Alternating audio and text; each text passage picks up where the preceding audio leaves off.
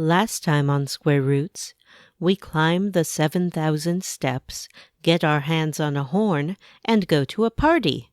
Also, some old men shout at us. Man, if I wanted to see old men yelling, I'd just watch Fox News.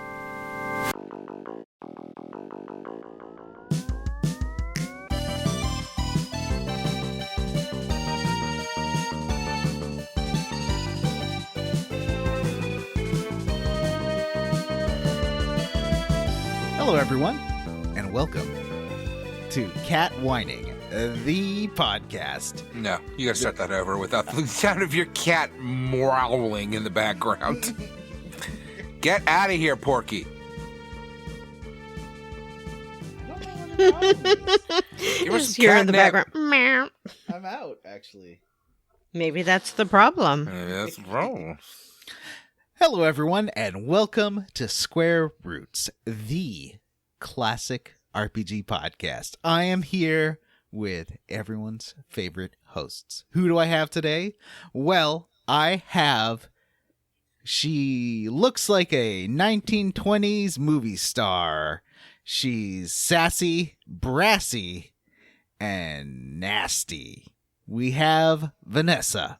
Oh, hi, how you doing, boys? Yeah. A boop-boop-a-doo. Nasty? Yeah. Dang. I'm pretty nasty.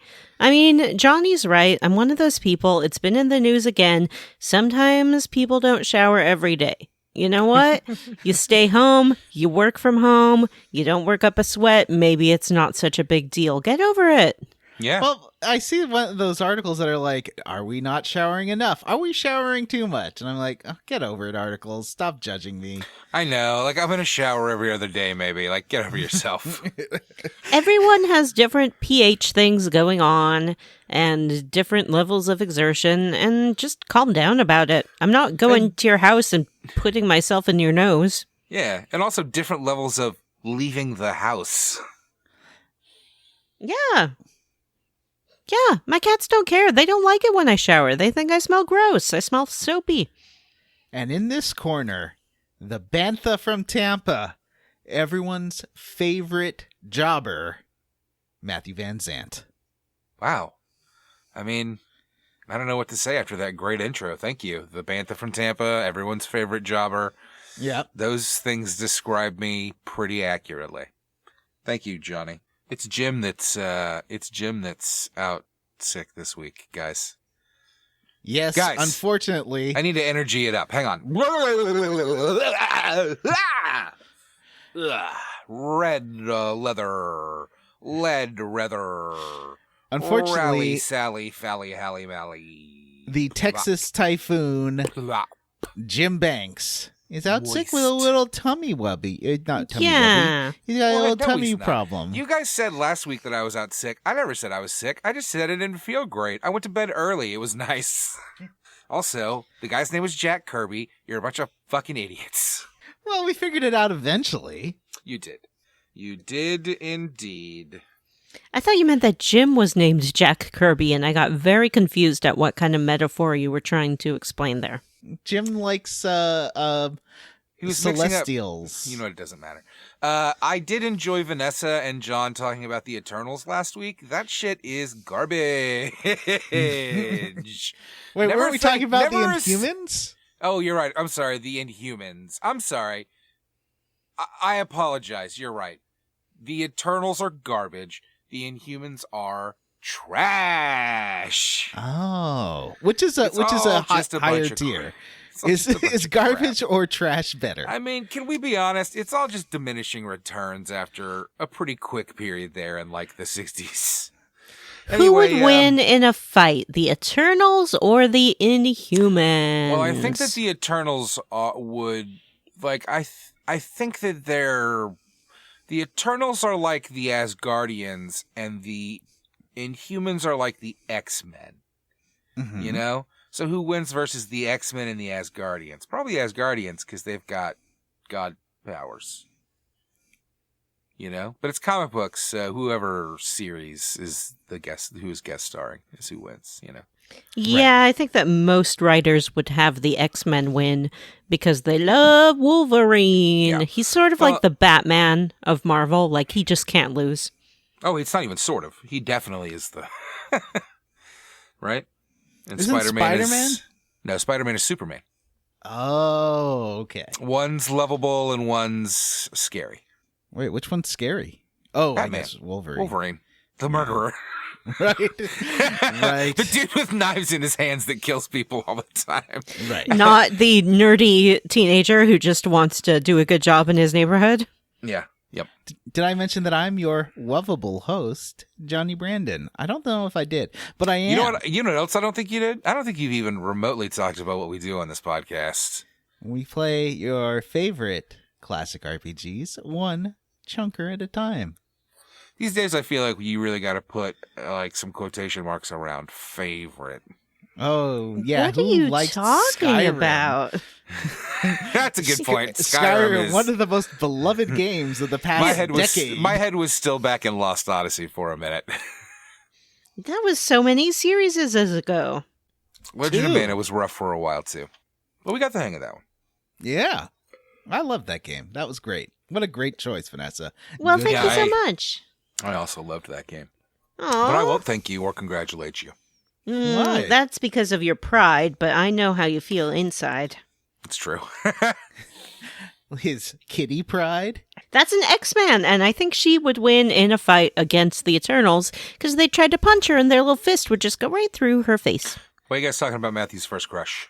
Mm-hmm. Speaking of Matthew's kitty pride, Matthew, who is known as the lovable, gruff, growly man on this podcast, turns out to have a little softy heart of gold because he came to us in not tears, but like when he's on the verge of crying the other day, and he's like, my cat, her face, you can tell she's not really a kitten anymore. She's got adult cat faces. And he was so like proud / bittersweet, his little baby's growing up, and we serenaded him. First I said, well, the cat's and the cattle and the silver cat. And then Vanessa said, little boy cat and the man and the cat. where you going, cat? We'll get together then, cat. Cat. We'll have a good time, cat.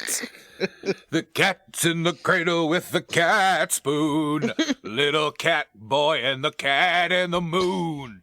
God, that song really does make me cry, though. Like, don't bring that one up. It does. Like, is it a straight white guy thing? It just makes me go, oh. Aw, buddy. Yeah, my cat's got a fat face now. I've been feeding her a lot of treats. Congratulations, me.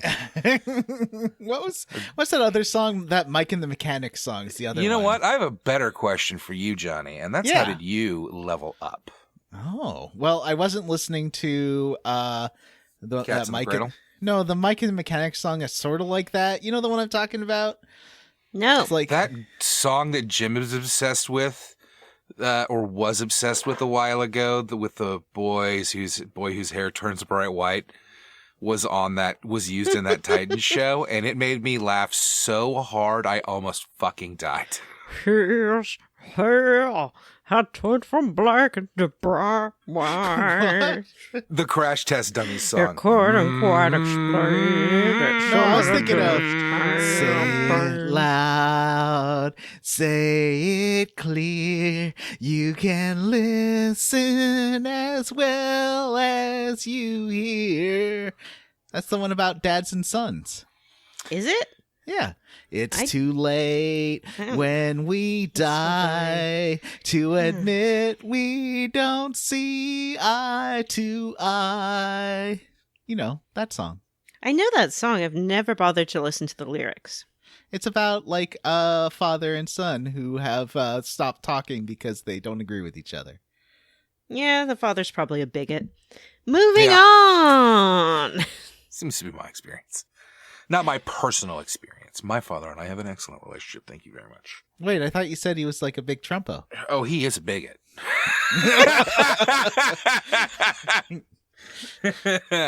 We just have a good relationship despite it. Every generation blames the one before. You know, I need it's like you that to be Mike and the Mechanics song. Okay, so how did I level up? That is your question. Well, I have been watching The Adventures of everyone's Pete and favorite TV Mike and Ollie. detective. Now, can you guess which TV detective I have been watching? I Columbo. could, but you told us already. Yeah, it is Columbo. And it turns out September 13th was, or 16th was Columbo's birthday. I started watching it on his birthday. Well, Peter Falk's birthday, not Columbo. What are you talking about? I started watching Columbo, and it turned out to be Peter Falk's birthday the day they started watching Columbo. Was it a Columbo festival? Like on No. TV? No, I just found a few seasons of Columbo to watch. It's not available for streaming or purchase anywhere, so I don't want to get into how or whys of how I got it, but let's just say I'm watching Columbo. You can't legally watch Columbo in Canada. It's against the law. It's against the law because Columbo is the kind of detective that makes you think that people just confess to their crimes, and they don't do that. It gives you an unrealistic idea of police work. I've never seen Columbo, but I understand that there is some sort of Columbo renaissance going on where everyone's like obsessed with Columbo these days. Really? I mean, I watched it for the first time a couple of years ago, like 2016, I want to say. And 2015, because it was on US Netflix for a little while. And coming back to it now, yeah, that show's great. It's, I suppose, like the first season is full of these like avant-garde weird camera tricks and stuff. Like it's super late 60s, so there's lots of weird double exposures and crazy noises and just bizarre editing choices that are really cool and very 60s style. And the show's just super smartly written. Like, the premise is that every episode, it's going to be a guest star who is famous for being on other TV shows. Like you got your William Shatners or your Leonard Nimoys or your guy from The Prisoner. And you see them do a murder. And then you see how they're covering up doing the murder. And then Columbo comes in and is like slowly starts picking at all the little discrepancies with how they've arranged the murder to happen. And the murderer is always a super rich person who looks down on Columbo for being poor and slovenly and stupid. And it is a fun show. Peter Falk is very likable.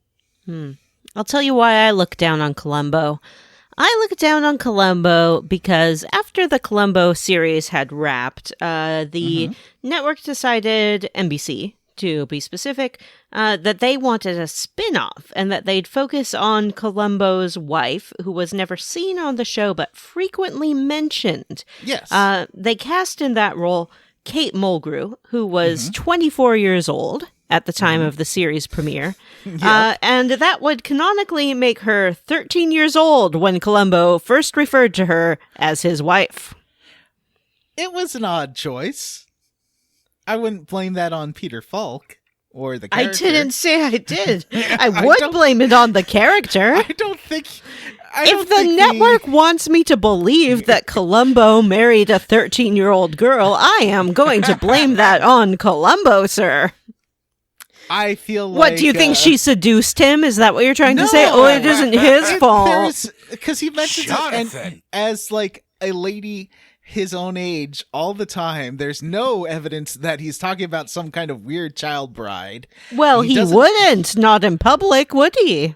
He doesn't talk about her daughter Morrigan. He doesn't talk about her going to the Delta Quadrant. All these things you think would have come up. Wouldn't you mention... Delta Quadrant? Yeah. That Mrs. Columbo, like, one, has a daughter who's, like, a scantily clad magician lady who wants to, like, bring a weird demon child to Thetis. Or that she wants to fly Voyager back home from the Delta Quadrant. John famously cannot tell the difference between actors and the characters that they play. That's true. That's true. Yeah. I do like a Kate Mulgrew. I like how she looks like everyone's mom now. She's like this super... She's just this nice, lovely old woman. Kate Mulgrew is great. Also, Did you see her in Orange is the New Black? No. She does not play a nice lady in that. Yeah, she does not play a nice lady in that. Oh. She plays a crazy Russian murderer. That's fun. She's a delight. I downloaded a game because on a friend of the podcast, Julio's recommendation, called Need for Speed Heat. I think this was like a 2019 or 2018 game, and it's real good. It's surprisingly good because I don't usually like those Need for Speed games except for like the PC ones back in the day, and I liked Hot Pursuit on the Xbox 360. That was a good one. This one is real good. It's taking place in fake Miami and sort of around the Florida Panhandle. So you get all this really detailed, recreated Florida weather that looks amazing. Like when there's storms, you see the palm trees shaking and the rain looks really, really good. The car selection is great. And it's on Game Pass, so you can play it. You can play it anytime if you want to try it. I recommend it if you like cars. And they don't have to just be dumb-looking tuner cars like a Fast and the Furious. You can like make them look however you want. You can get rid of that camber and put them back to normal stance, so they aren't scraping against the road. But it controls really well. The only problem is there's no Series X update, so it runs at 30 frames per second like a plebeian. Are you sure, Johnny? Because last time you talked about a racing game, you made all kinds of claims about how poorly it ran, and then it turned out that you had just been lying and kidding about that the whole time. Well, who's to say? Maybe I am wrong. Maybe there is a Series X update that I just haven't found going through all the menus. But I swear it's still running at 30 frames per second. But it looked real good.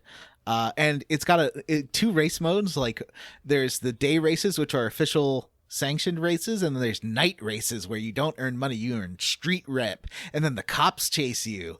And when you switch from day to night, the screen does this crazy flip and turns into neon and looks like that one episode of Black Mirror when they're in that beach town. You know the one I'm talking about. Yeah, San something or other. It's the best one. Yeah, that's the one. So you're racing around San Junipero, and I recommend it. Vanessa, how you level up? Oh, I met a penguin. What? Yeah, her name was Sally. She has a wife. They nest together and lay eggs, though they do not hatch because they are not fertilized. Her wife has the same profession as Sally, which is to be an animal ambassador. Their job is to go to special events and represent the penguin species in diplomatic negotiations. So I met Sally. I thought she was very successful at her job. I probably asked her keeper more questions than anyone else that evening, including the children. It was pretty amazing. I didn't get to touch her, but let's just say I was in 1 foot of that penguin, and yeah, I got a selfie. Okay. How was it being within 1 foot of a penguin? Is this your first time being in touching distance of a penguin? No. However, that's just because the Woodland Park Zoo, my hometown zoo, has a penguin enclosure where they swim very close to the glass, and you can see them, and they're right there, and you could, if you wanted to, reach over the top of it and get your hand into that penguin enclosure. It's a very inadvisable thing to do. That does not sound like a good idea. Because they do bite, and they will bite you, and it will be your fault, and no one will feel sorry for you at all. This sounds like a personal experience. This sounds less like a scenario she's dreamed up and more like a memory. Is all I'm saying. I have never touched a penguin. What? So, who hasn't touched penguin? First of all, it's pingling. And second... it's not pingling. It's pangling. Pangolin. Oh, I also watched Pangolin. I also watched Shang-Chi. Speaking of pinglings. Whoa, I don't like where that came from. Pinglings. Mm. Because, well, I don't want to say why that relates to Well, anyway. now I already figured Yeah, I know, it out. fucking Jeez, spoilers. Johnny, God spoilers. damn it, Oh, God damn it. I'm sorry. Well, Twitter canceled him today, or last week, anyway. Twitter cancels everybody. I don't pay attention anymore. But, Vanessa, did you talk multiple times to the pingling to see if it gives you, like, a bonus item or, like, an end game thing? Oh, excellent advice. I told you I talked to the keeper more than anyone else. I guess you'd call her a translator for the penguin. Oh, okay. It did not get well. You know, at one point it did defecate on the table. So, yeah. It's a bird. Birds poop I guess where they are. That's how birds live. They don't have bowel control. I got my pingling prize. It just kind of goes out, right? Like, Yep. Yeah. Fun fact, they make their nests out of their own feces, and it makes a very good fertilizer, and that's why some of their habitats of this particular kind of penguin that lives in South Africa are endangered because people swooped in there and they took away all the ping-poo, and now they don't have anywhere to nest. Oh. They can't make more. Well, they can, but it's complicated. They're taking away their nest. That's bad. Yeah, you can't replace generational, penguin deposits with one penguin. Mm-hmm. I bet I could help. It might not be the right kind of nutrients and, like, things. Consistency, yeah. I can try my best to match that penguin poo. I was watching a video about how on SciShow about how penguins have a circle of poo around their nests, and it's like they can shoot up to like 3 feet their poo because it's a different kind of penguin. Anyway, so it just lays in its nest and shoots poop out, is what you're saying? yeah, but it's like in a very That's like amazing. very even in circle around its nest, and they aren't sure why it's so even. Probably Anyway. because it rotates like a lawn sprinkler. It's like What else did you do to level up this week, Vanessa, other than meeting a penguin? I mean, isn't that enough? I maybe did some other stuff this weekend, and I'm probably going to save it up for future levels up because I don't intend to do anything else for the remainder of the month. Okay. Matt, how did you level up? You all got pretty close last week with your guesses. I did watch the series Titans on HBO Max. It is trash. You should watch it for sure. I'm not going to watch it. I tried it, and it didn't stick. So I'll tell you what, a couple of things about Titans. It is at best like a C show, like a C+ show. Like, it's not a very good show even when it's a good show. You know what I mean? You know what I'm saying?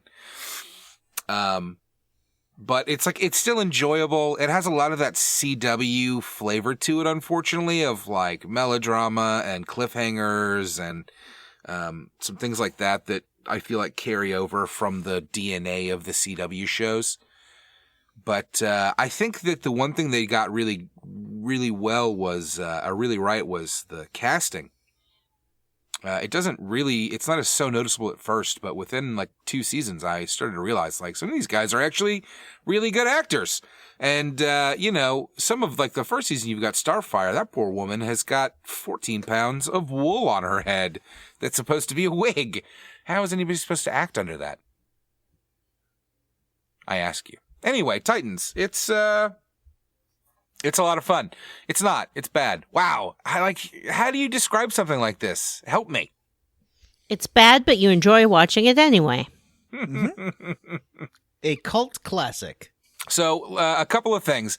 I assume we all know the basic Titan story, which is that Robin doesn't want to be Robin anymore and leaves Batman and goes to San Francisco and forms a team of superheroes, the Titans, the Teen Titans.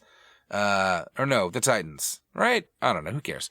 And it's Robin and Starfire and Beast Boy, and it's kind of hard to divorce those characters from their recent iterations in Teen Titans Go and the Teen Titans cartoon before that.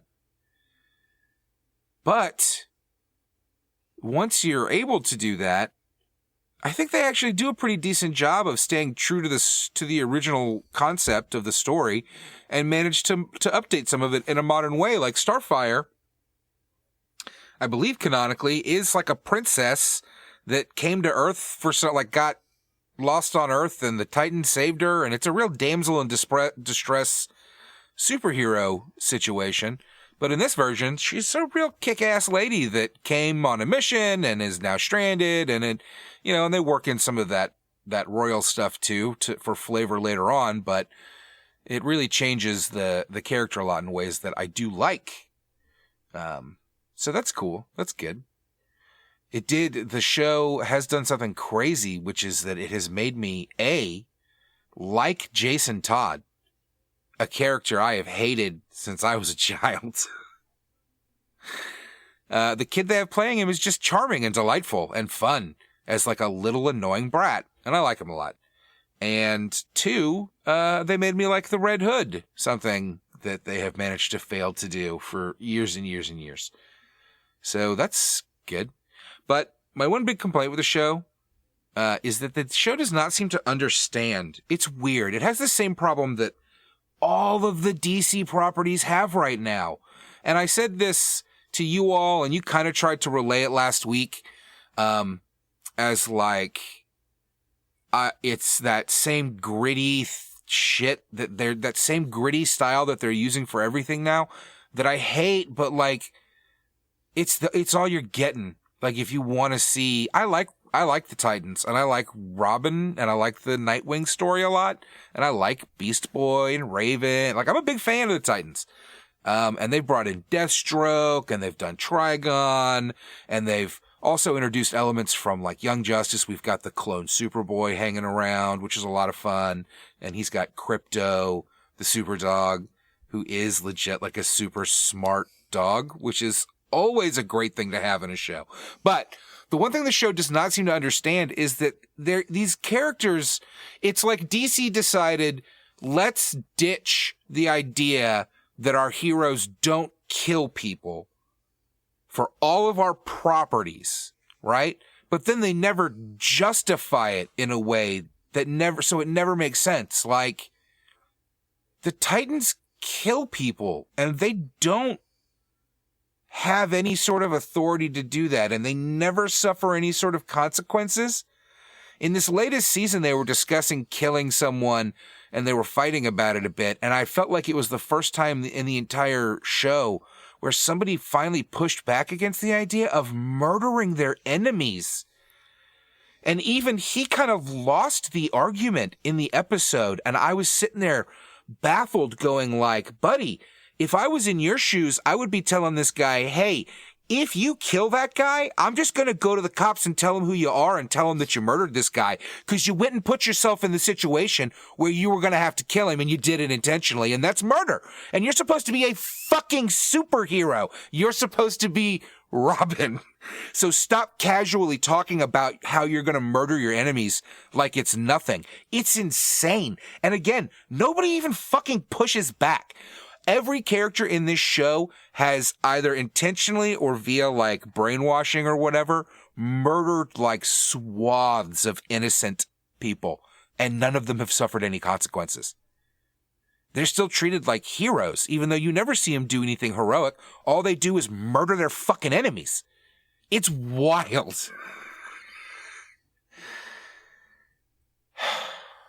All right. Well, that was my Titans rant. It did go on for like 5 minutes. Yes, it did. The latest episode, I just want to say, just to try to explain why I like the show, the latest episode did feature Superboy banging an alien woman so hard that the bed broke, and then later in the episode revealing that it was his first time because he is like 2 months old. in the show. I've seen that before in a movie called Twilight Breaking Dawn Part 1. The new season does have, I don't know the actor's name, unfortunately. He played Pete Campbell in Mad Men, and he is playing the Scarecrow. And the way that he is playing him is he is in prison, and he is a supervillain profiler working with the police. And basically the way they pay him for that is that they give him weed to smoke, medical marijuana. So you have Pete Campbell as like an old, fat, paunchy scarecrow helping the Titans while getting super duper high, like on camera. It is fucking wild. That's not something I ever expected to see in a television show or a Batman property, you know? Hashtag So anyway- not my scarecrow. Yeah. He's good though, Vanessa, honestly. That kid, he was an angel. He was like, I'm a baby and I'm remember when going he to was sleep an with angel. Cordelia. I know. I'll hated him in never Angel. forgive him. He was really good in Mad Men. He's really good in this. You would like him a lot, actually, because he's got the hair. Anyway, so it's got its bright spots. If anybody is kind of curious about it, I really do kind of suggest checking out the new season. That it's only 8 episodes in on HBO Max. They did throw a bunch of HBO Max money at it, so this season finally it doesn't look cheap, which is nice. For the most part, it does still look kind of cheap. And there's been a lot. But of it's not like Supergirl VFX cheap. No, it's definitely got HBO money behind it. It looks good.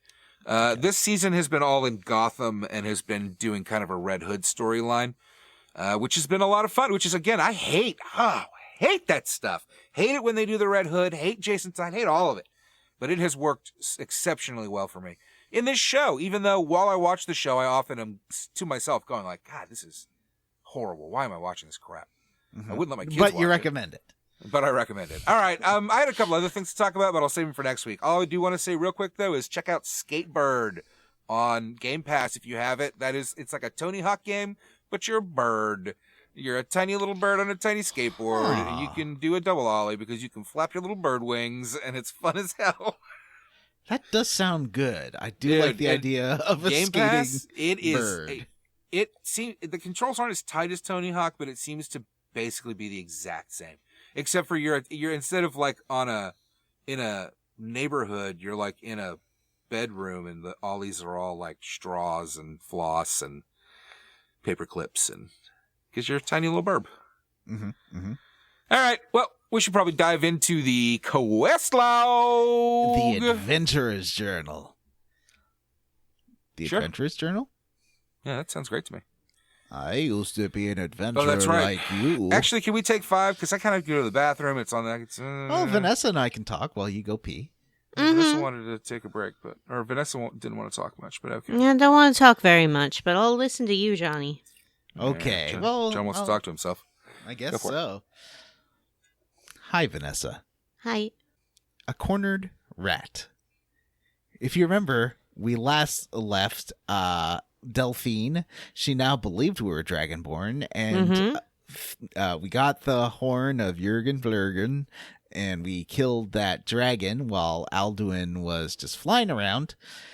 And now we gotta go find Esbern, who is this crazy old man and part of the Blades. Yes. Yeah. I thought for some reason that he was the guy who we saved from the Thalmor embassy, but clearly that's not the case. No. Did we save anyone from the Thalmor embassy? Well, I did. Maybe you didn't. Oh, right. Like the Malduin or Malkarth or whatever his name was, the elf? No, there was another guy. He was in a cell, and I did unlock his chains and take him with me. I think that's Etienne. I think How he am I shows supposed up. to tell Etienne apart from Esteburn? I think he shows up in the Thieves Guild if you save him in Riften. Speaking of Riften, that's where Esbern was last seen, hiding in what they call the Ratway, which is the undercity of Riften. Now, Riften, it's a bit like a New Orleans, kind of built on a swamp sort of deal. Mm-hmm. and it has the upper city and the lower city, but the lower city is a few. It's basically like the stilts that the upper city's built on. There's some houses down there, and there is a thieves guild down there too. How can thieves have a guild? I'm not sure, but they managed to do it, and I actually got introduced to the thieves guild by this guy named Brynjolf, because he was like, hey. He just came up to me at a bar and he's like, want to do me a favor? You look like the kind of guy who doesn't want to do heavy labor and wants to make money quickly. And I'm like, yeah, Grunk like make money quick. And he said, okay, well, all I want you to do is take this ring. Well, okay, first you got to grab this ring from someone's stall, and then you got to plant it on someone else, and then we'll get him captured because this guy needs to learn a lesson. And Grunk's like, okay. But then Vanessa saw me trying to do this quest, and Vanessa did make fun of me a little bit. I did make fun of you because, for many reasons. First of all, you did not actually, listen or read the dialogue when he told you what to do. Uh-huh. So you just started running around to every stall in the market and trying to pickpocket everyone and be like, where's the ring? Where's the ring? Where's the ring? Mm-hmm. When he clearly told you it was in a lockbox underneath someone's stall. Right. And told you exactly which stall to go to. So there was that. Then there was the fact that you kept trying to break into the stall and immediately would get arrested every time because you seemed to either not be aware that there was a sneak function in the game or just there's a sneak function were refusing to enter into sneak before you tried to commit your crimes. I was having problems too. You are being too harsh on Johnny. It's a crowd of people. Yep. Also, I kept getting busted putting the thing in the guy's pocket, and it made me so mad. I did it twice before I save scummed right beforehand, and then... Yeah, same here. Eventually, I was like, oh, right, there has to be no eye icon when I'm in sneak mode, and then I can open it up. But also, the game doesn't tell you which stall to do. Well, okay, it verbally tells you which stall to do, but there's no, icon saying it's this stall. I like that. That's one of the things that these games do that I do kind of appreciate is... as much as sometimes I wish it had mini maps and stuff like that and would be more clear, I do want it to be more of an adventure where I have to figure it out, even though oftentimes I'm lazy and don't want to do that. Right? Were you doing this to join the Thieves Guild or to do just to do this main quest? I mean, both. I've said this several times on the show. I'm tearing through the main plot first. I have not done a lot of the side stuff. So I started the Thieves Guild here just to have it started, just like I started the college at the end of this chunker just to have it started. But the game kind of forces you to, I guess. Can you get through this without joining the guild? Yes. Yes, you can. You can just do him. There's a couple of ways. So basically, I did one of them. Let me say it. Oh, do it. Yeah, sure. I went to the bartender of this particular pub after Brynjolf was all do this and that and that and that. And I was like, whatever. And so I went to talk to the bartender. I'm like, hey, you seen this person around? And they're like, oh, yeah, they're in the right way. The end. The end. Let me ask a question. Mm-hmm. If you're a mage, how do you get your defense up? Well, you can use alteration spells to give yourself but that's oak annoying. Skin or iron skin or whatever. No, I have those. That's annoying. You can also just wear normal armor as a mage. You don't have to wear fancy clothing. Or you can be like me and be a sneak mage, and so people don't hit you very often because you are a sneak-in. Yeah, I might need to get some armor going for Godzilla. Frankly, I just get smacked and killed a lot. Even though I did kind of cheat and beef myself up a lot, I still get killed a lot, and it really frustrates the shit out of me. Really frustrating. I went from level 9 to about level 30 today, and still was getting fucking smacked around. That's wow. because the enemies level with you. Yeah, I didn't mean to level myself up that much. I meant to give myself 3 levels. I gave myself 30. I've actually been finding, because I found this game very difficult when I first played it in 2011. But now, 10 years later, as a 20-something gamer, I find this game a lot easier. I think something about now that you're not a little baby. playing all these RPGs for the podcast has actually somehow made me better at RPGs. Yeah, it's You amazing. it's that and the fact that you're not a toddler. Well, I would have been if I'm 25 now, I would have been 15, which is not a toddler. It depends on how good at walking you are. All right. I'm still not very good at walking. Little Johnny Fresh Eyes. No, The best part here is that the Thalmor attack and, like, I don't know, my game just always feels so busted. Is it just Skyrim? The Thalmor just came running in. No, hold on. I want to set the scene a little bit. So you do this pickpockety thing. This guy gets arrested. It's pretty fun. And then, at least for me, because I was doing this as part, I didn't realize this was also part of the main quest. Brynjolf is like, "Oh, come to the rat's den or whatever it's called, or Ratway." And then there's a bar down there, and you'll love it. And I said, "Okay, I'll meet you at the bar." And as soon as I get into the rat's den, I did meet what I would call some jerks.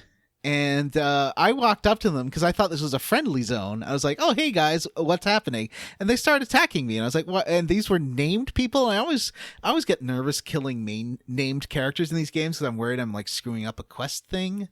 But then Vanessa's like, "Oh, it's because you didn't sneak and you just rushed in." I was like, I didn't know I was fighting them, Vanessa. Why were you mad at me? I wasn't mad at you, but you were asking, "Why are they hitting me? Why are they hitting me?" And they were having a conversation when you walked in.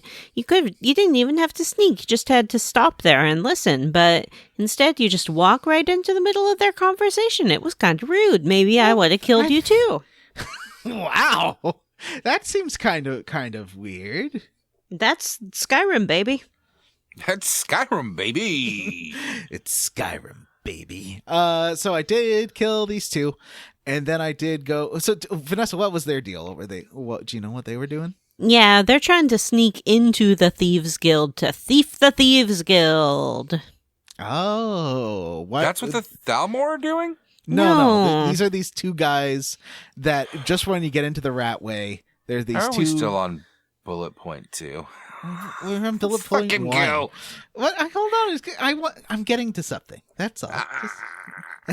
So, you get into the Ragged Flagon, and you can talk to Brynjolf, and he's like, yeah, I know where this guy is because he's paying us a lot of money to keep him safe. So shut your damn mouth. And I was like, "Oh, that's cool." But I guess he would, because I already did that one job for him. He let me in the back, so it was fine. But if you don't want to do the Thieves Guild job, there's a couple things you can do. One, you can like talk your way. You'd be very persuasive. Oh, Grunk is the least persuasive person ever. Like every time I've tried persuade, everyone's like, "I don't think I'll be doing that." Yeah, I tried to persuade my way, but I had to pay 400 coins to the bartender to get information about where this guy was. It's not a problem because I'm very rich. Okay. Well, that's good. Otherwise, you have to do that ring switching mission, I think, in order to become part of the Thieves Guild to get in there. But I wanted to become part of the Thieves Guild anyway because Grunk likes to say yes. Grunk says yes to life. And now you have access to the back, but before you get to the back, suddenly the Thalmor rush in, and I kept dying here because I am not cheating at this game. I'm not asking Andraste for help. Neither am I. I did slide the difficulty slider to easy. Oh, okay.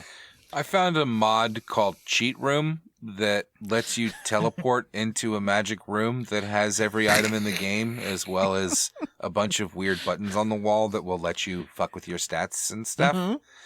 And as well as a bunch of open storage containers, by the way, so you can just use it as a house, which I am doing now, and it is fucking great. Well, I bought a house. Yeah, but I can teleport to mine. Oh, I built a house anywhere, and then teleport back. But I didn't go nuts. I did not max out everything. I just wanted to beef my destruction up some and I just needed to be able to hit a little harder. So, but I guess I hadn't really been building my character that well because I had that problem with the Thalmor in the last episode and in this episode too. They were just like destroying me. So it's tough early on. Yeah, I looked at my abilities. I was like, maybe there's something I can do, and I was like, ooh, I have this phone a friend option called Conjure Flame Astronaut.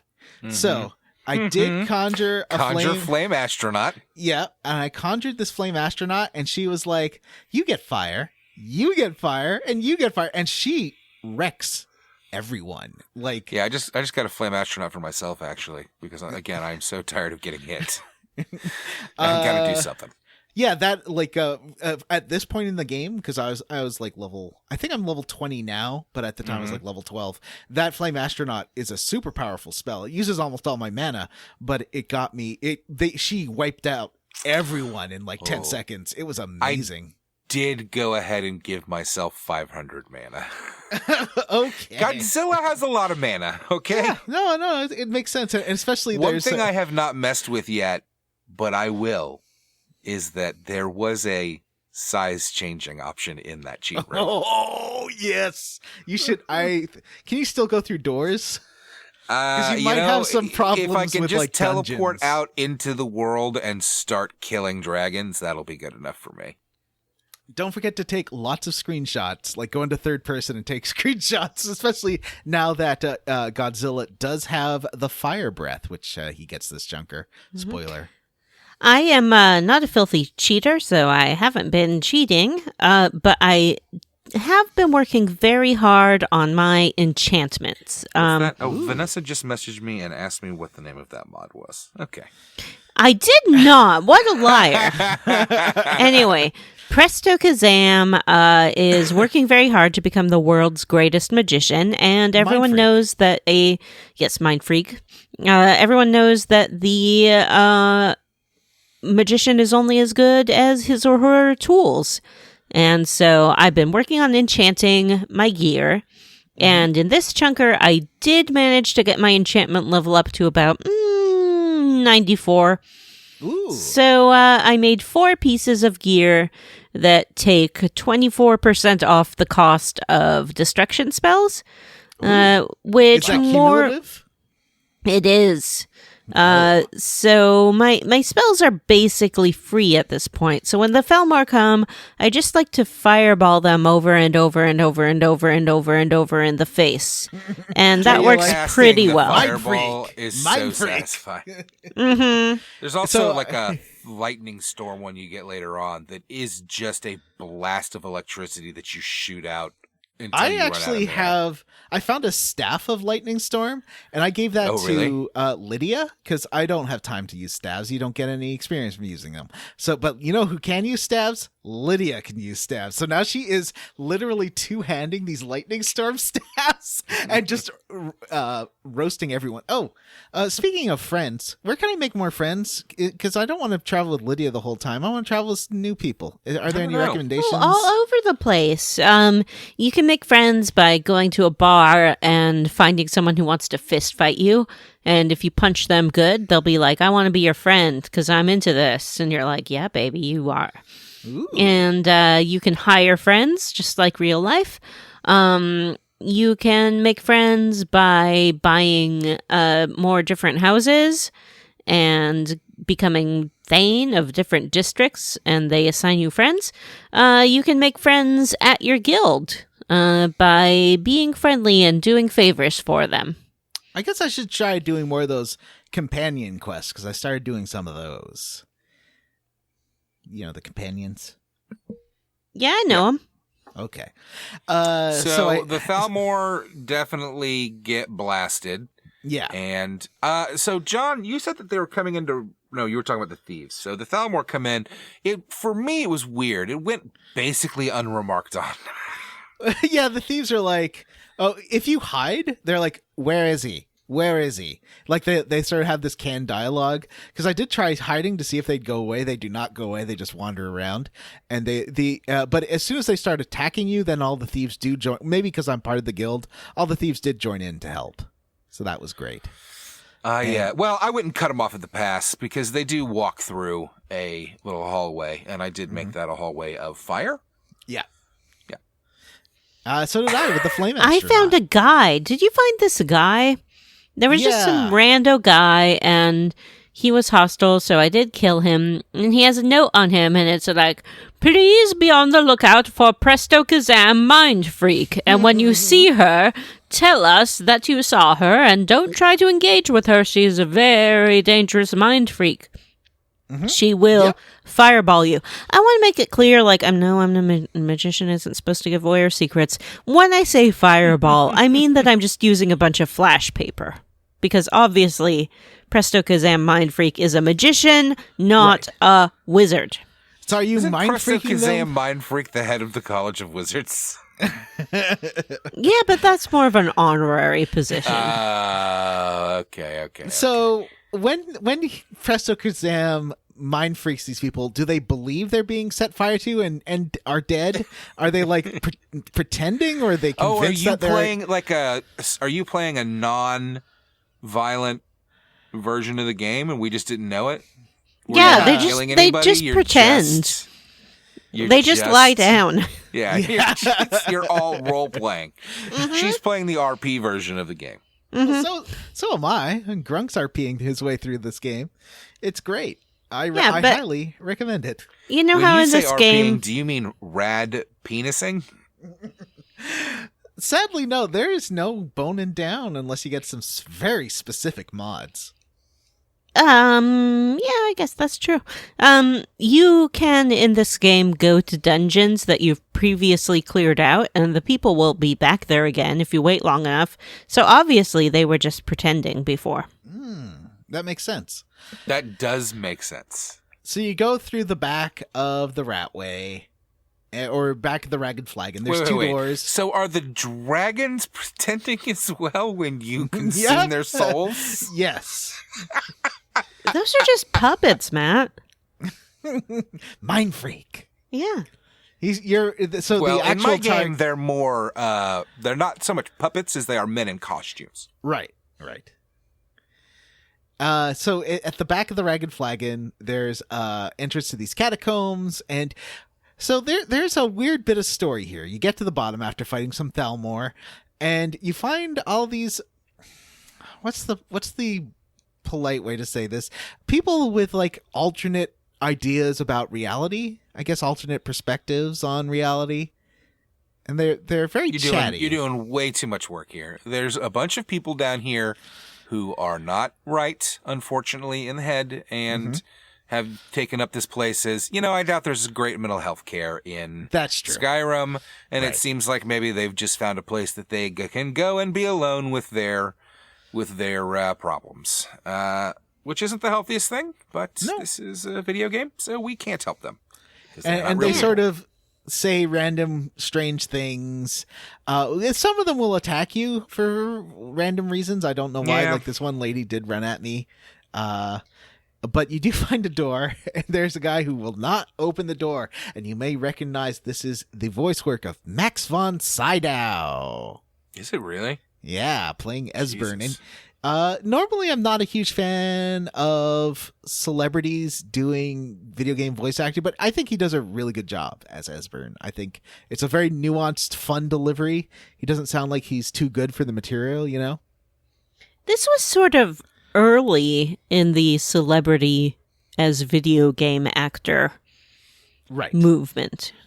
Right, yeah. Well, I mean, it's kind of, you already had Sean Bean in Oblivion and Patrick Stewart and all that. Like, I think the 2000s were the real prime time for realizing you could pay celebrities $1 million to show up in your game. Now, I think right now is the prime time for celebrities in video games. I played a game starring Mads Mikkelsen.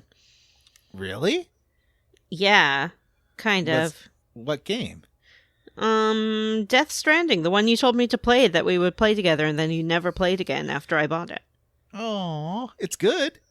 And it does have Mads Mikkelsen and not Linda Carter. Who plays Bionic Woman? What? Are you talking about Norman Reedus? No, I'm talking about the lady from Bionic Woman. Norman Reedus? No, and it's got Guillermo del Toro playing a character. Yeah, the walking simulator. Yeah. Death Stranding. Dead simulator. Death Stranding. Charlize Theron. It was before I realized I was going to be way too busy at work to play any super long games as bonus episodes for the podcast. Yeah, it's been a real downer. It's been a real bummer. Like, I also this year just do not have time to play. You know, since the beginning of the year when I wrapped up Dragon Quest 13, I don't think I've finished anything really other than Dragon Quest 13 games. But 12's not even out yet. 11. Whatever. Okay. I played Cyberpunk 2077. Lots of celebrities in that one. Yeah. Especially Keanu Reeves. Do you ever play Beyond Two Souls with Elliot Page? Yes. Ewan's Wall. We played it for the podcast. Esbern to Riverwood. Okay, so we find Esbern. Esbern is Skyrim like, how do I know you're a good person? And you're like, well, remember the 30th of Frostfall? He's like, oh, so Delphine sent you. He didn't ask me about this for some reason. Like, I just chose different dialogue options, and he went with it. Oh, really? Okay. Yeah. Well, maybe you're more persuasive than we are. Yeah. Persuasion is the ultimate mind freak. So I did give him the code word, and then he's like, well, we're all screwed. It's the end of the world. There's nothing we can do because there's no Dragonborn. I'm like, what about this? Thoom! And he's like, what? You're the Dragonborn? Well, this changes everything. And he goes around. I like that he literally takes 2 minutes of game time to gather his things. He runs around his he's room. like, I need to pack my things. And then you escort him to Riverwood, which is the next quest, Alduin's Wall. We get him to Riverwood, and he meets up with Delphine, and we go down to the inn where Delphine has her super fucking swanky secret room that always has the door wide open. Yep. The door to the room is always open. The door to the secret room is always open. They're real smart. Yep. And they're like, well, you know what we got to do? We got to figure out how to get the super secret word that you'll say to a dragon. You'll make the dragon so sad that the dragon will implode. So, let's go to, they don't know how to kill a dragon. So like, well, let's go to, there's this wall in Skyhaven Temple that'll show us how to kill a dragon. So we should go there. How's a wall gonna tell us how to kill a dragon? Well, Vanessa, walls know stuff. We've talked about this before. It's my favorite form of exposition. It's mural exposition. So you walk Esbern and Delphine. Oh yeah, all mine the way across bugged out Skyrim. here. I had to first. I tried attacking them, but that didn't work. Wait, attacking why? who? Killing them didn't work. What? Why? Why are it you bugged trying out. Delphine would not leave the doorway. She just stood down there and would not come up. Did you try to foos her? I had to reset myself about 15 minutes, actually. It was really fucking frustrating. She does say goodbye to her innkeeper friend. She's like, you can have this inn. It's yours now. And he's like, what? Really? He's like, yeah, this is all yours. And you head out. And did she sign like a deed over to him, or like what's her plan there? Because I don't think this is olden times, so it's like you more just say like, okay, it's your inn now. Is it though? Because I built a house and I had to get like a writ from the Jarl being like, I grant Presto Kazam Mind Freak permission to build her custom performance venue on this property. Matt. Yes. It's urine now. Vanessa, get it? No. All right. So you walk all the way across Skyrim. It was a lovely walk. I got attacked by about 10 dragons, I think, on the way. Godzilla did some real dragon stomping on this trip for real, like legitimately like 4 dragons. I had another ice dragon, a blood dragon, the black dragon. I think the black dragon is a story dragon. Yeah, there's one Now with a name next to Rorikstead. The black dragon has been replaced by an ancient dragon, but there still seems to be like one dragon that I just cannot fucking kill. Well, like Alduin shows up when you get to Rorikstead. Alduin shows up and brings a dragon back to life. You can't kill Alduin. He's the I world did. leader. I did kill that one. That was like a bone dragon. Yeah. Speaking of Bone Dragon, visit our sponsors, Bad Dragon, No, for all your... they're not our sponsors, and they shut down. Actually, let's see. I haven't checked if they're John, still you have around. a question in the notes that I want to follow up on. Who are the Forsworn? Yeah, so you get to they just live there? Skyhaven Temple, and there are these Forsworn there, and they seem mad at you, and I feel like they become like the bad guys you would meet out and about in the world now. Oh, really? I know who they are. Bad Dragon's back. They got some new toys. Oh, exciting. what? Anything looking good? No, Well, there's Mystic that is like a swirly. There's an exposition mural. We follow along. and Let she me tells tell us you what about the happens. It's a bit Forsworn like a first. Stone comic okay. book. So the Forsworn, they used to live in Markarth, but then the Nords came and kicked them out, and now they're trying to retake their ancestral city. The end. Oh, okay. Yeah, they all attacked me, and they have like crappy arrows. Oh, really?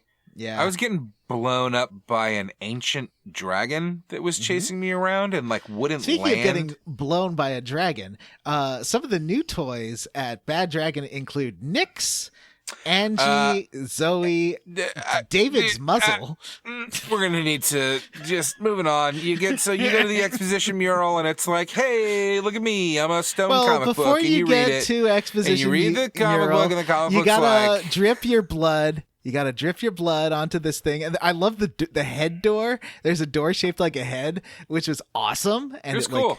Yeah.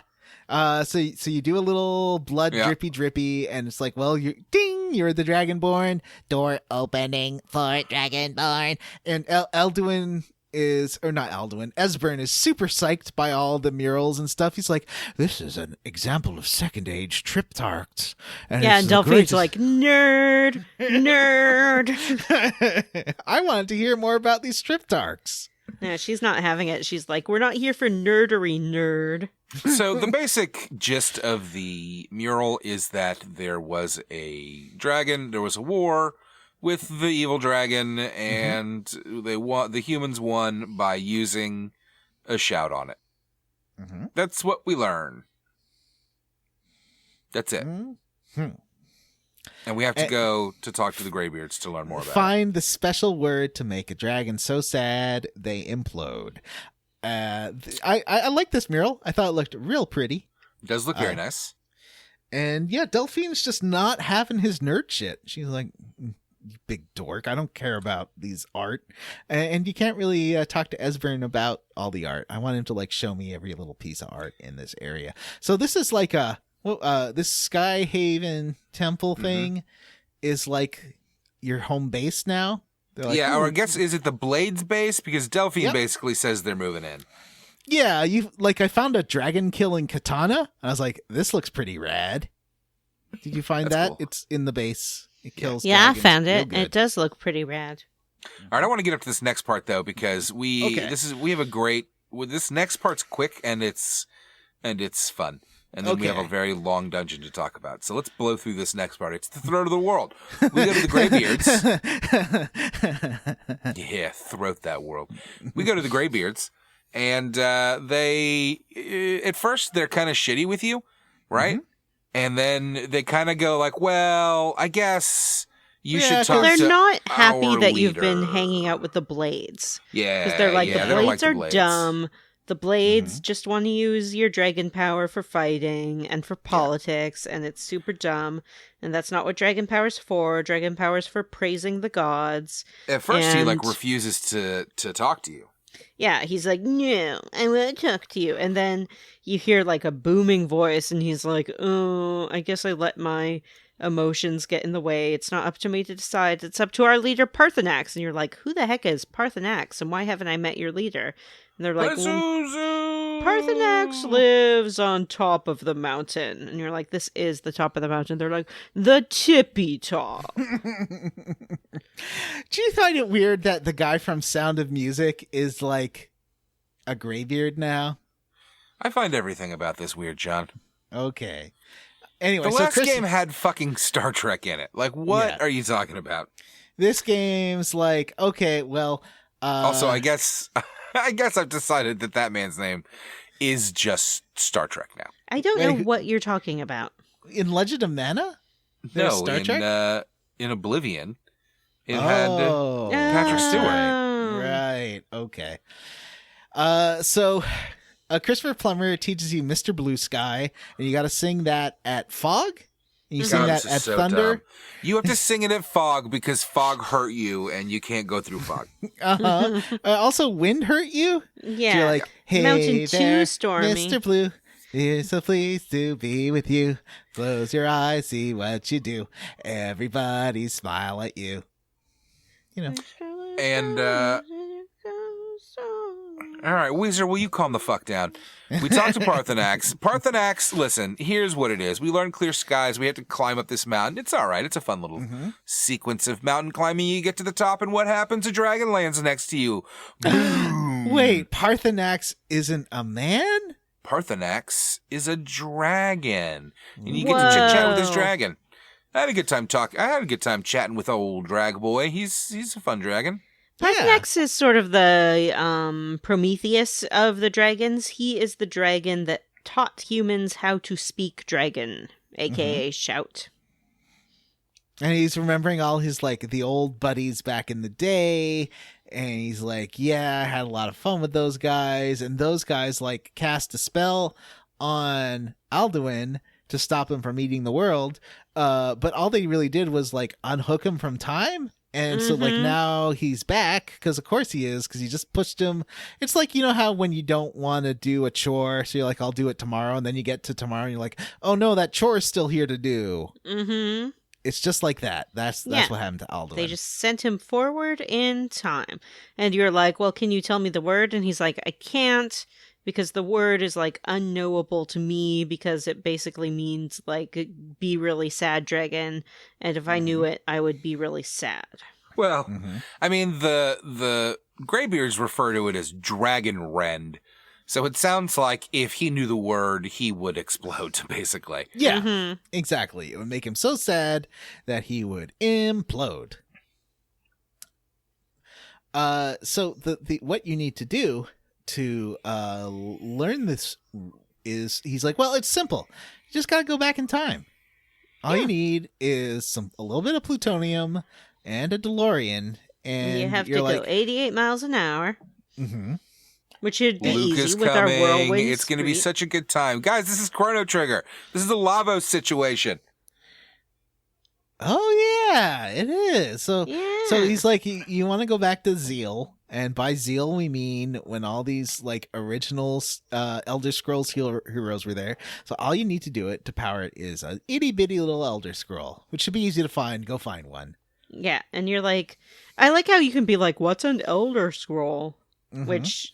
the game is called Elder Scroll. You would think everyone in the world would know what it is, but no. You know, Jim has Why? one. Because the game is called Elder Scroll? Yeah. So since Jim has Elder Scroll, he has a different Elder Scroll. Does that mean Jim can just, like, skip this part of the quest? Jim can skip this whole part of the recording, and that's exactly what he did, because he has an Elder Scroll. Oh, okay. We have to go get the Elder Scroll for Dragon. Dragon.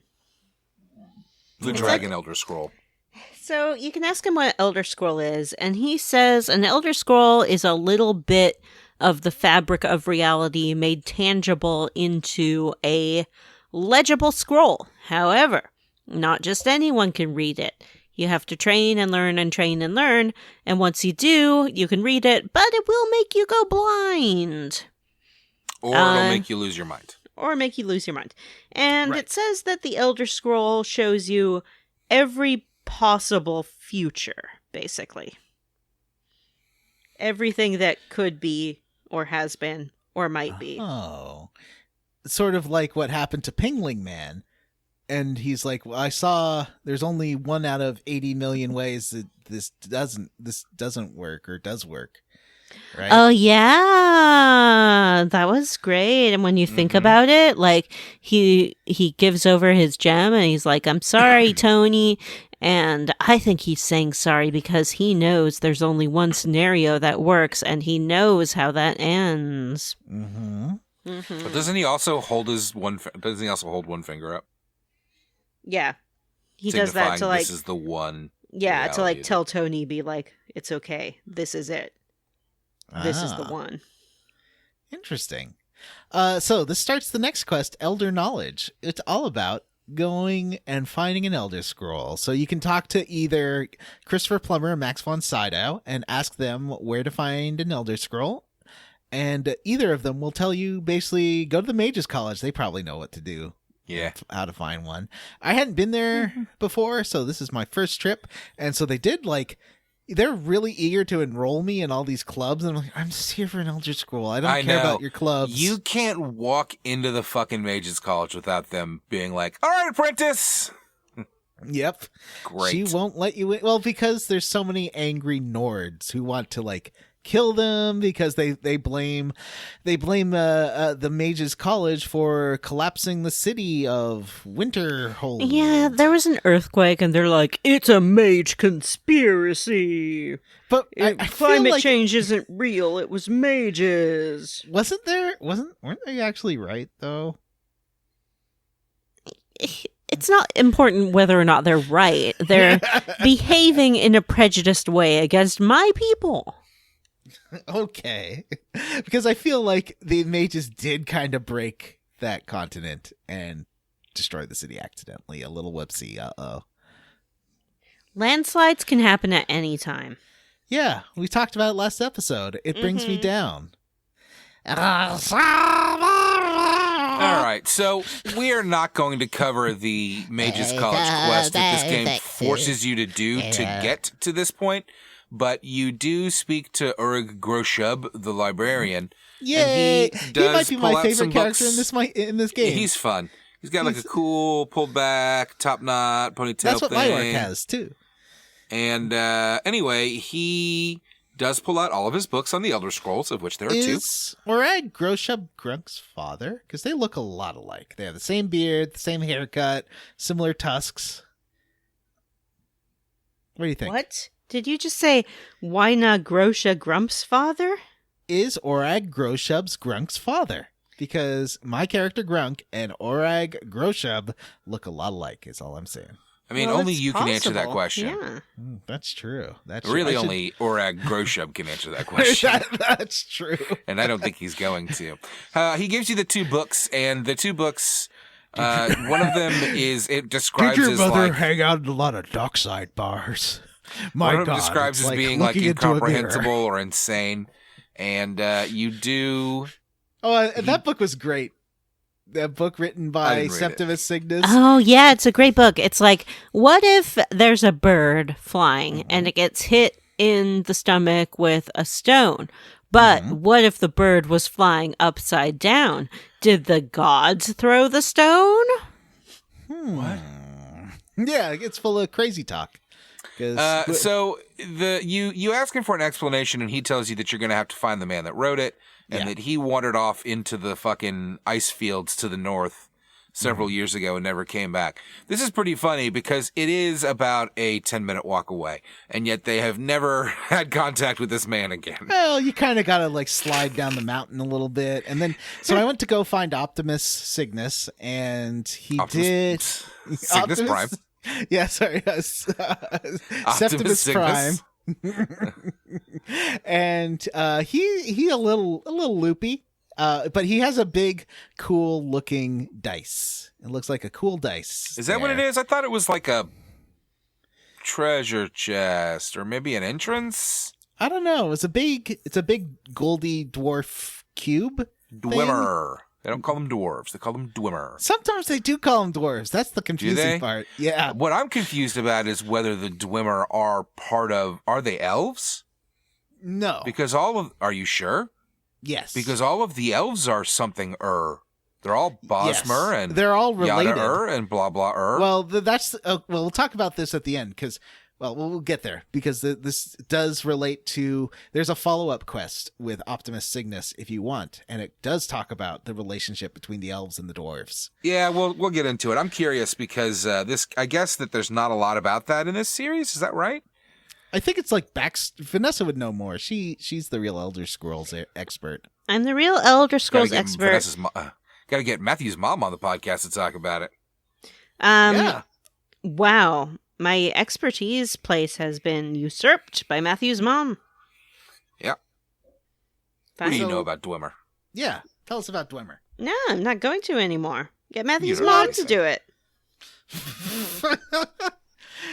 So he's like, basically you figure out he's saying, go to bring these like this weird book, this weird stone and this other thing to these ruins and get some writing on these ruins. Basically what he tells you to do is you have to take you don't have the Elder Scroll yet. You have to go to a Dwemer ruin in Alfland. You have to eat some cats.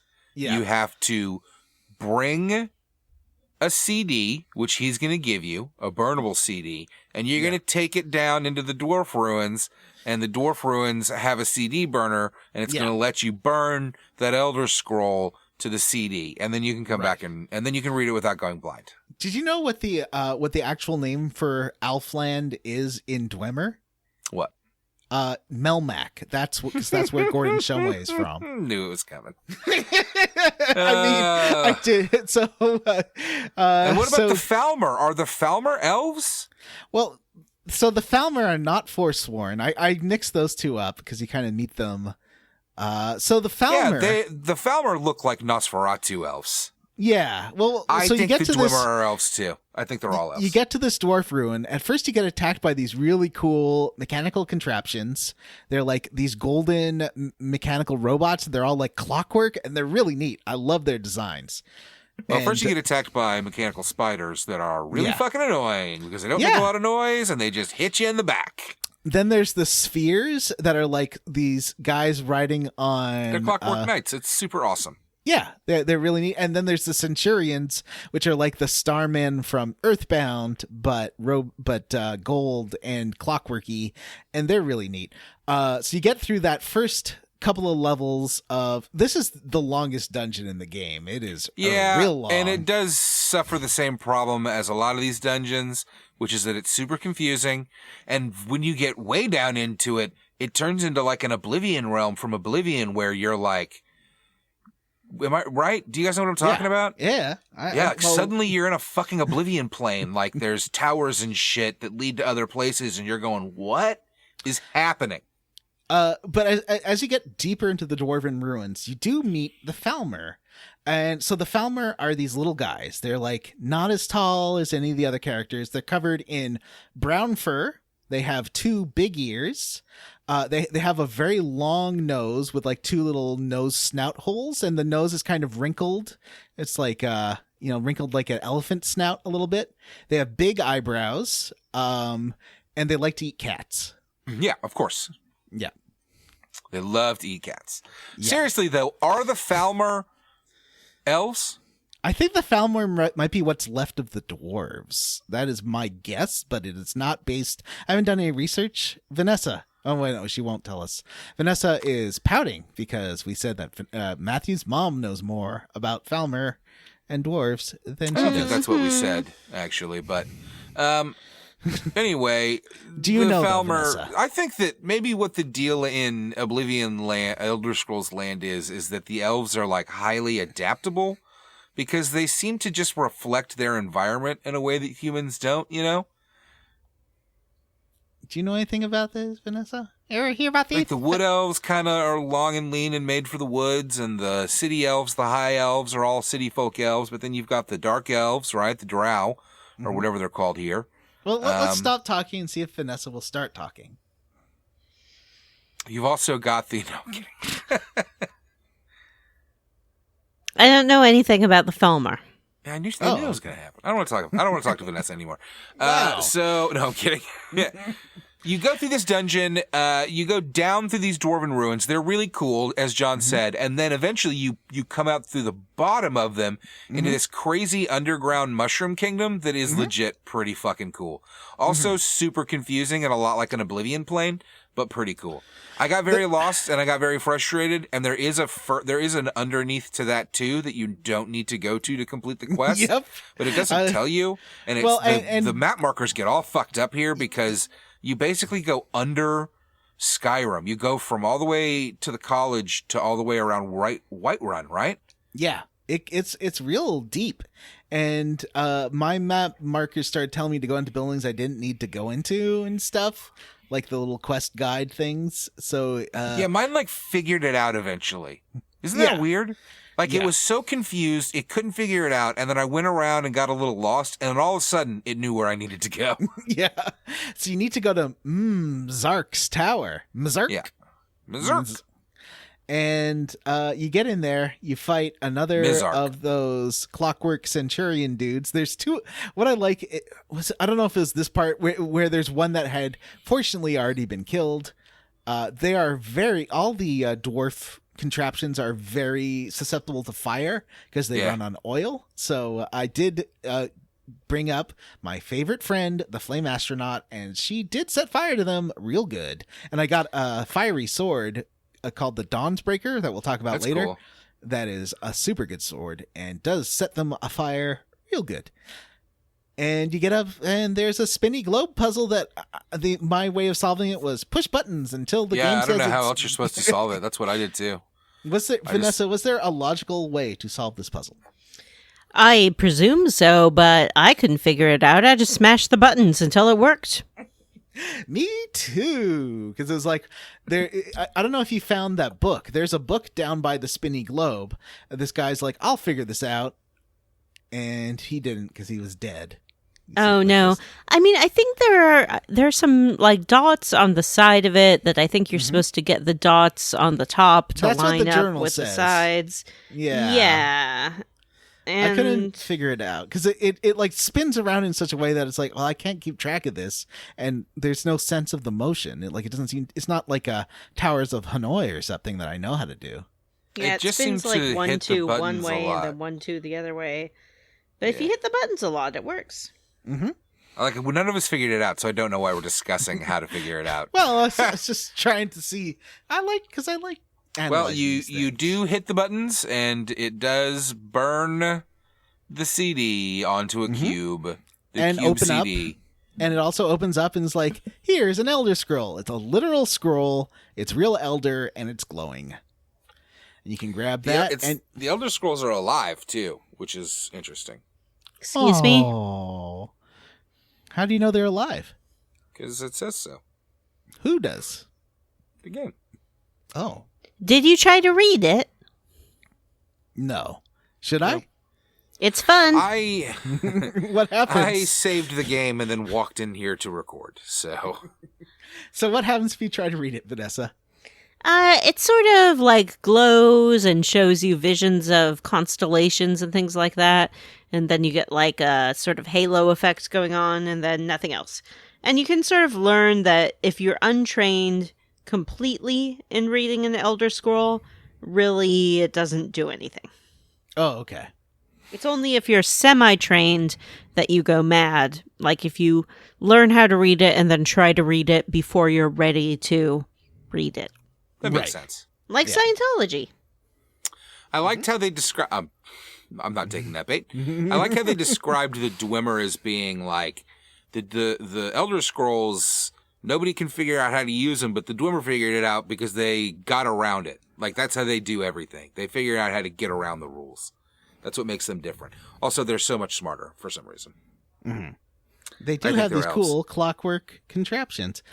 So at this point, this is the end of the quest. You can return the burnt CD back to Optimus Prime, and Optimus Prime is like, "Oh, Whoa, cool." whoa. That's not the end of the quest. Yeah, we'll talk about that next time. Well, I mean, you can bring the burnt CD back to Optimus Prime. I didn't do that yet because I thought that was for next week. Is that part of the main story to do that? I thought that was like a side quest. I guess it is a side quest. Yeah, Go ahead and tell us about it. Well, I just want to say I did that, and he's like, "Oh yeah, all you need now is like all the brethren of the dwarves, and you need like their blood. So you got to get the blood of every kind of elf and orcs for some reason. So I don't know what that's all about. I'm telling you, they're all related. Well, that seems to be what he's saying too. All right, well, you guys have some adventures you want to talk What's the cube that about. I gave Optimus Prime the Allspark? It's Tesseract. Oh, okay. Adventures. We all went on. We all went on adventure. I wish my cat was that affectionate. My cat's I don't just. know why she's so affectionate today. I got big claw marks on my hand again because I was play fighting with my cat, and she did I do give me that a too, scar. Yeah. Y'all think your cats are affectionate today. I went away for the weekend and I came home and my cat just about lost his mind. Did he poop on your bed? No, he purred so much and his tail fluffed up. He was so excited. Aww. So, let's talk about Presto's adventures. Okay. Y'all remember that big old sphere that the mages pulled out of the ground and they've been fiddling around with, right? Do you, Johnny? I don't. Oh, I've been telling you about it for weeks. Wow, we got through that a lot faster than I thought we would. Anyway, this thing is in the Mages College now. And, I had sort of gone on a little quest to figure out what to do about this thing. And then these other people appeared in a vision, and they're like, hey, we're the super special mages, and you've started something that you don't know what it is, and it's a super big deal. What are they called? It's something. It's so obvious. It's close to psychic. Psijic. The Psijic monks. That is who they are. So Savros Aran, who is the head of the Mages College, he's like, hey, here's what I need you to do. I need you to get the Staff of Magnus. And go ahead and talk to Mirabelle, because she probably knows what's going on with that. Mirabelle's like the administrator of the college. She does all the day-to-day work. It's that airport outside of Montreal. Mm-hmm. She tells me that there's a bunch of mages from Cyrodiil called the Synod. Another troop of magicians. Can you believe it? I have so many competitors. So they came to the college looking for the staff, and then they went to the ruins of Musluft. Muslift. M-Z-U-L-F-T. Musluft. Musluft. To look for the staff. So I'm like, okay, I'll go look for your special staff. It better do some really cool tricks. I head over there and let myself in. And there's one of these Synod people, and he's on the ground, and he's just like, you have to go to the oculary. Blah, I'm dead. Obviously, he's faking it. It's like an Oculus Rift. Yeah, it's like sort of a murder mystery party, I guess. So I take a key off his body and his research journal, and the journal's all like, oh, we're gonna go focus this crystal at the oculary. So I go through the dungeon. It's a dwarf dungeon. It's got the spiders. It's got the clockwork things. It's got some Charis. It's got some Falmer. It's got all your classic dwarf dungeon stuff. I did see a lot of Falmer battling the dwarf things. That was kind of cool. And those Charises look like those bugs that went into the ears in that Star Trek movie? Oh, that's too scary, Johnny. Don't bring that up. Oh, that's a good comparison. You're right. They do kind of look like the worms. So I pick my way through here. I keep finding more bodies of the synods, and they each have a journal that's like, oh, I'm dead now. Our quest is heckin' screwed up. I get my way all the way through there, and I find this locked door. And there's this voice, and it's like, Gavros, is that you? And I'm like, Gavros is the dude who died at the entrance, but I'll just keep quiet and see what happens. And he opens up the door, and he's like, you're not Gavros. Oh, but I need my crystal. And I'm like, oh, well, I killed this Falmer back there, and he had a crystal. Maybe that's what you're talking about? He gets super excited, right? So he takes this crystal to one of these big balls. It's just like the ball we saw just a moment ago in the main quest, right? So I stick the crystal in there, and then, as before, there are a bunch of buttons. This one is a little bit different. You have to, line the mirrors up with spots on the wall. But this guy will explain to you that the crystal reacts to heat and cold, so I have to use my fireball or my ice spike to make it expand or contract to get the lights to line up in the right way. It's kind of cool, I guess. Once you get the crystal all focused, it projects a map on the wall. And this guy, Paratus, he gets all pissy. He's like, this map is supposed to have all of the super cool magical things in Skyrim on it, but it only has two things. It has where the Staff of Magnus is, probably, and it has your stupid college. So what do you have there at your stupid college that's so powerful that it's overwhelming the system? And I'm like, there's nothing at the college. And he's like, you're a liar, and I'm gonna go tell the Emperor that you're a liar. Good day. And he left. So then I'm like, okay, I guess I'll go back to the college and tell them that I found out where the Staff of Magnus is, and everything will be fine, right? Wrong. Why? I get there, and everyone's outside. They're just, standing around, and I'm like, what's going on? And they're like, oh, Savros is, in the main hall with that one dude, the Thalmor guy. And there's a whole bunch of, things attacking the town. You gotta defeat these little magical things that are, flying around. And then you're like, why are these here?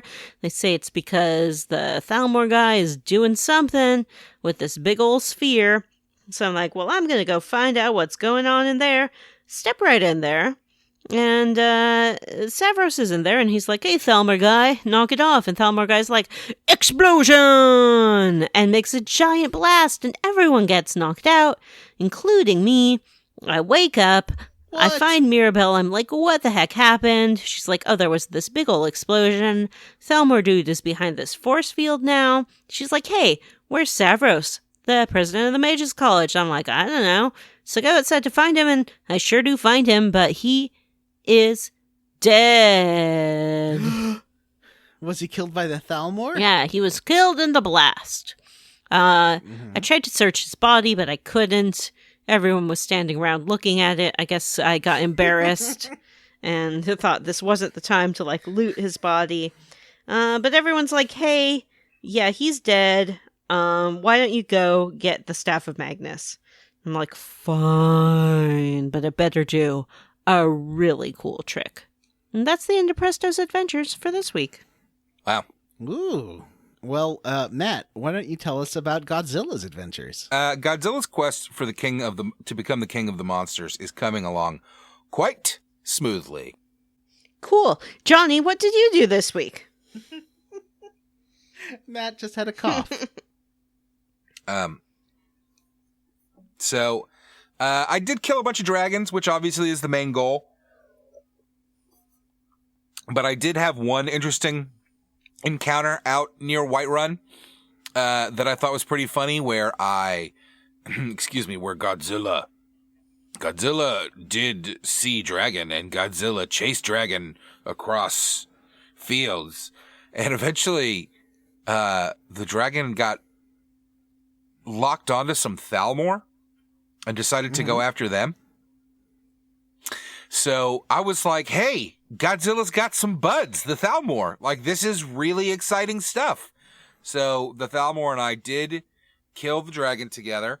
At the last minute, a couple of giants came along and did also start wailing on the dragon. So that helped. And we all together brought the dragon down. Now, the Thalmor, of course, turned around and betrayed Godzilla, which you can imagine did not turn out well for the Thalmor. Right. But the giants did just kind of peacefully wander away. So I think that is proof that my quest is working. The giants have accepted me as king of the monsters.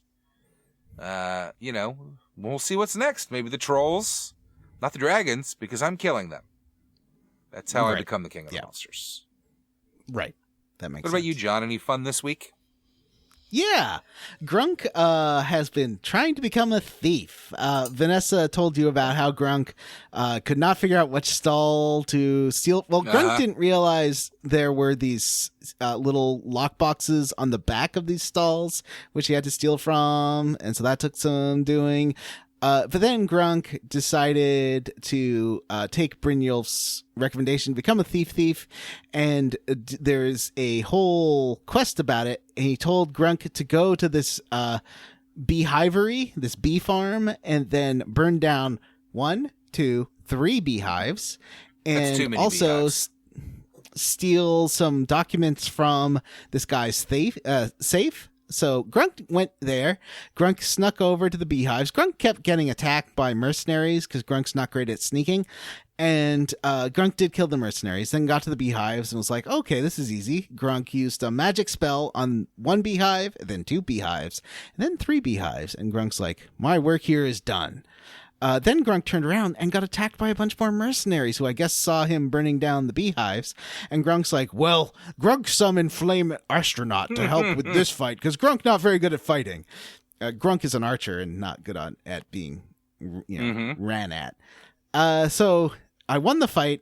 Everything was fine. I went into the house. Grunk did try to pickpocket the one guy that you have to get this thing from. But unfortunately, he was like hiding in the corner of his room and he saw me every time I was trying to pickpocket him. And then after I did pickpocket him, he did chase me around the house and I did have to murder him and everyone in the top floor of the house. And I did steal, he has a bee in a jar on his desk. I stole that. And I also stole a golden bee statue, which I can redeem for some extra cash, which is pretty fun. And so then I went downstairs and got some more document. Oh, that's where I got these documents that were like, the deed to his bee farm and he was selling it to someone else. And I went back and brought this to Brynjorm and Brynjorm's like, you idiot. I told you to set fire to exactly 3 beehives. You burned them all down. Maven Blackbriar is so mad at you right now and you're going to have to talk to her. I was like, what? Grunk only burnt... Oh, Grunk did summon Flame Astronaut. Maybe Flame Astronaut missed a couple of times with Flame Astronaut's fireballs. So I guess the Flame Astronaut did burn down the rest of the beehives and made me fail this mission. So I went and apologized to Maven Blackbriar and she's like... I was like, Grunk, sorry about that. She's like, oh, you cretin. You can't even stand up for yourself. Well, you better not get this next one wrong. So hopefully next time Grunk will be a bit of a better thief. Hey, and not. Hey, Johnny. Yeah. Oh, beehive. Oh my God.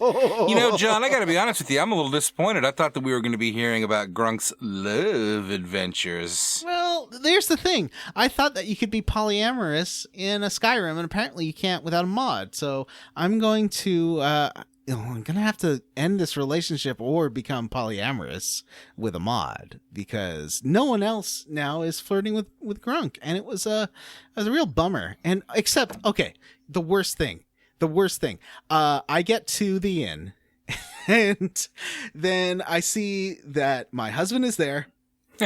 And he is flirting. He's literally flirting with one of his clients. And she's like, oh, why don't you get me a drink? He's like, anything for you.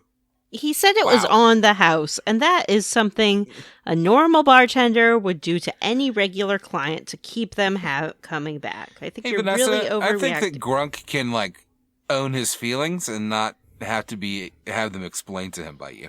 Well, I don't think that Grunk should be going to his husband's place of work and micromanaging the way that he makes a living. Well, you did see, and then Grunk was just like looking at his bow, and you thought that Grunk was about to shoot arrows into his partner just because the partner was on the other end of the bow, except the partner ran away when Grunk had his bow out. Johnny was getting himself in position to shoot his husband in the head.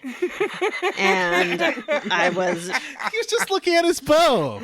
And then at one point, his father-in-law said to his husband, like, oh, can you go to the, cellar and get some more wine? And Johnny was like, ooh, he's going to the cellar, and starts sharpening his arrow. He's like, the perfect location. But then he didn't go. He just starts flirting with that woman. He didn't go because he knew you were going to kill him. Oh. Can I just point out that a cellar is not the perfect location to murder somebody with a bow and arrow? Is it not? No, I don't think so. What would be? There's no witnesses is why Grunk thought this would be a great idea. You know, the advantage of the bow is range. And you lose that in a cellar. But it's also the thing that Grunk has put the most points into and does the most damage because Grunk put the most points into it. Grunk can't afford some poison? Well, Grunk can put poison on a fucking arrow.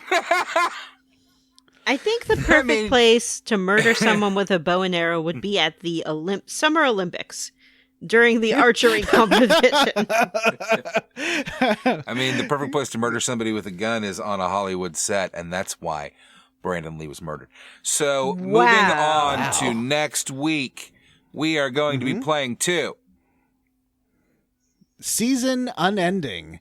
And that's not a joke about the length of our podcast seasons. That is the name of this quest. Yeah, we all got very confused, but apparently, are we playing 2 or through? 2 or through?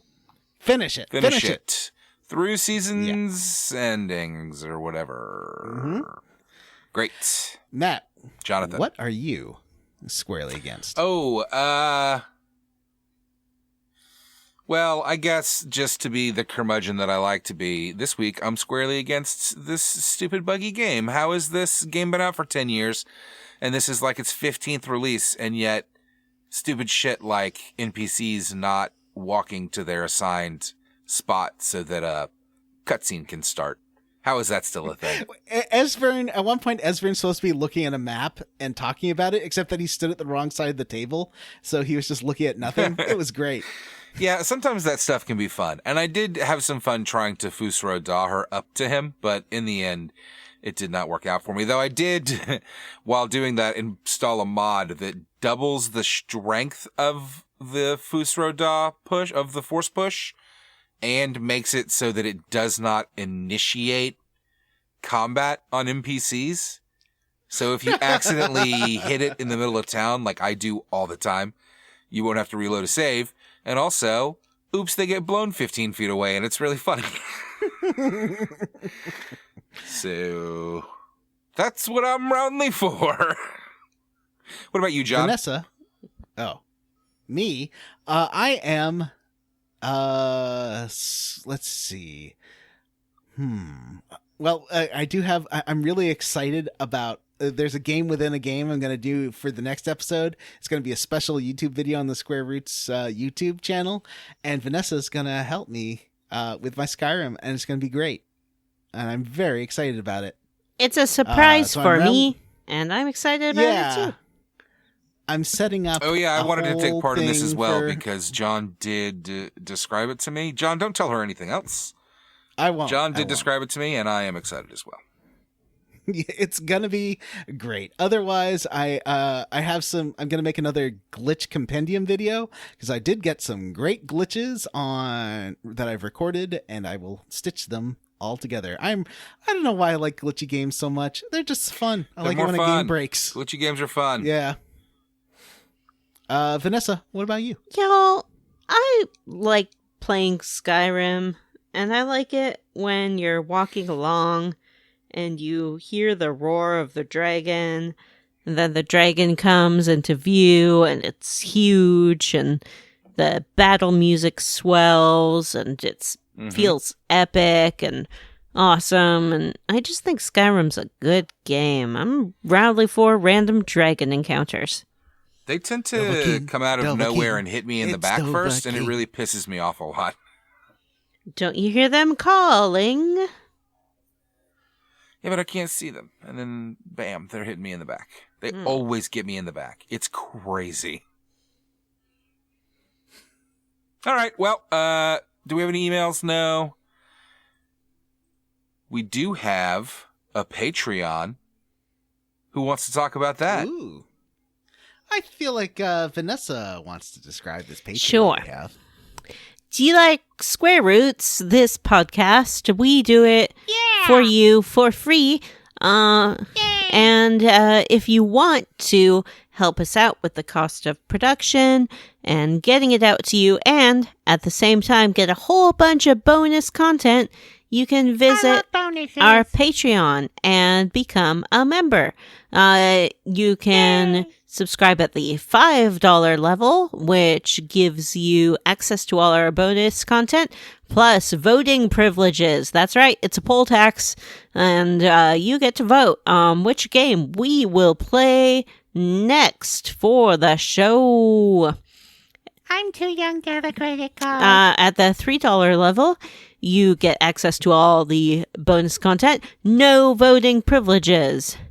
And at any level, I feel like that's not a good way of selling it. well, that's the way it is. And I mean, technically, we should have a vote launched by the time this episode is out, right? yep. Yeah. And Folks, we're recording pretty far ahead these days. Is all I wanted to say. And at any level, we will choose a smattering of Patreon names to read at the end of the show. And that's what I'm going to do right now, starting with Stop the Shock, see Twitter hashtag for more info, Vanessa's Renegade Cheese Plate, I'm only doing this to vote for Kingdom Hearts 2, Cameron Show, Sexy Grandma's Boy Toy is Marcus Harnsberry, Still Just a Lazul's Complete Lack of Chill, Miguel Torres, Brian Pitts, Metal Gear Solid 1 in 2021, Michael Crawford, Go to Paris, France, Fresh Eyes, Stu Skeel, and Tracy the Borg Queen. Why is Vanessa's... All right, that's your great. I love that mask. It looks great. Yep. Okay, read those names, Matt.